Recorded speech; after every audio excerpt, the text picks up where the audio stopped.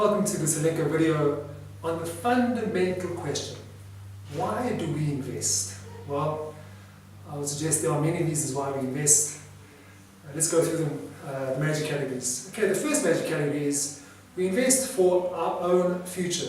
That is the future of you and your life partner. So, of course, as we get older, we'd like to, when we retire or perhaps are less able to maintain our working level and therefore our income from working decreases, we would like to be able to maintain a certain lifestyle as we start going down in our old age. Of course, thinking about old age, and there's the issue of health, and of course we want to be able to have enough funds to be able to ensure that we receive the best possible or most necessary health care in the future. That's for yourself and your life partner. Of course, furthermore, for yourself and life partner, before I forget, the other issue is, yes, indeed, as you perhaps scale back on your professional life, you might want to start following other passions, other interests, travel, whatever it might be. The next major category, which I think is really massive for, I think, most people who invest, is, of course, our children. We would like to give our children the best possible start, and that involves, in many countries of the world, paying for tertiary education, university education, which in some countries can be a massive investment and requires saving and investing beforehand to accumulate the funds to be able to pay for our children's education. But over and above that, I mean, that in itself is a fantastic start, a fantastic gift to be able to, if we can, give to our children to get them launched into their adult life. But over and above that, we also invest in order to, perhaps when we want to pass on to our children, we want to pass something substantial on to our children. So again, give them a foundation, a solid start into their adult lives, or a solid boost in their adult lives. That's the second major reason. The third major reason is, for many people, perhaps even before they retire, they have this goal of financial independence, financial freedom, not necessarily being beholden to their corporate overlord, to be able to choose to have a different lifestyle, to be able to follow their passions and their interests, perhaps not when they start slowing down in their professional careers, but perhaps even sooner than that, while they perhaps feel that they are perhaps still in the prime of their health, and their partner, together they are in their primes of their health, and they would like to enjoy more of the world at that stage of their lives, and financial independence, financial freedom is a necessary condition to be able to fulfill that kind of approach to life. The third, or the fourth major reason is fun. Fun, investing, fun indeed. Investing can be, I would say, a huge amount of fun. Now, there's one of the best feelings in the world is if you buy a share and you look at the share price and the share price is going up, up, up, or you buy a share and you get very nice, shall we say, healthy dividend payments into your account, or even a combination, you get both healthy dividend payments and a nice healthy share price increase over time. That's a great feeling, and that can be enormous fun and enormously satisfying. Besides that, when you become a shareholder, when you become an investor in the share markets, you can actually become a capitalist.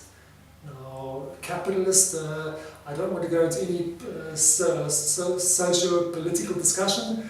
I want to just think of capitalism or the word capitalist in its really most basic sense of the term. What is a capitalist? A capitalist is a person who takes his or her own accumulated funds, let's call it capital, savings, or monthly amounts that you put into savings, that becomes your capital, or that forms your capital, and you, or a capitalist, puts that money into buying assets, which, the purpose of which, those assets, is to then give the owner a income or cash flow in the future.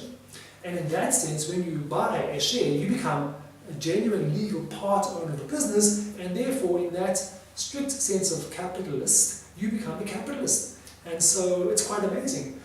The public share markets allow us as individuals, perhaps as small individuals across the world, to invest in shares and in fact become, in this case, in this sense, a capitalist, or in this sense, a real legal owner of businesses. And not just businesses, world famous businesses. You can become, depending on exactly where you live or depending on the legal situation, but in most countries you have the ability to, with the modern technology and modern cross-border trading, to own shares. If you're living in the UK, you can buy shares in American companies. If you're living in somewhere, for example, in India, or somewhere in Africa, or somewhere in Europe, or somewhere in South America, you can buy shares in other share markets across the world. So for most of you watching, you could probably today, if you do some investigations, find out how to buy shares in Disney, to buy shares in Tesla, to buy shares in Google. These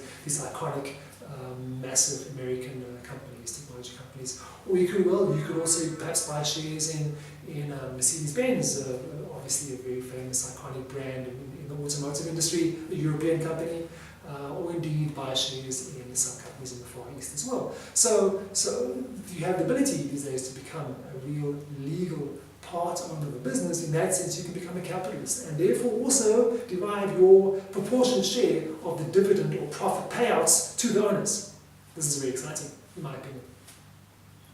Another thing why it can be fun is indeed, well, if you want to decide or investigate whether you should buy a share, it becomes a bit of intellectually interesting to start thinking about, why should I buy this share, why is it a good share. That means you have to start thinking about the markets, you have to start thinking about the products that this company makes, and this sounds very dry, but think of Disney, think of the movies that Disney makes, think of Disney's theme parks, think of Disney's toys that they license out to toy manufacturers, the Marvel Universe, toy figurines, and so on and so on and so on.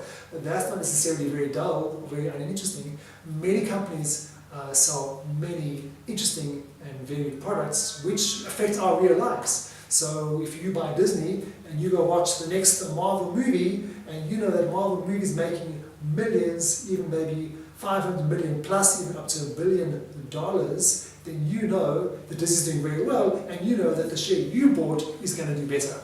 And so that's a great feeling, and that's a lot of fun. You can tell your children, by the way, yes, I bought Disney shares and go watch the movie, please, because when you buy more tickets, then more profits come to me, more dividend payments come to me. So in that sense, becoming a capitalist in this sense, or share owner, is a very interesting and fun thing to do. Furthermore, you can participate as a shareholder, as a person who's interested in looking at businesses, at the way businesses work. You in fact can become closer and think more keenly about the major socio-economic issues that affect society.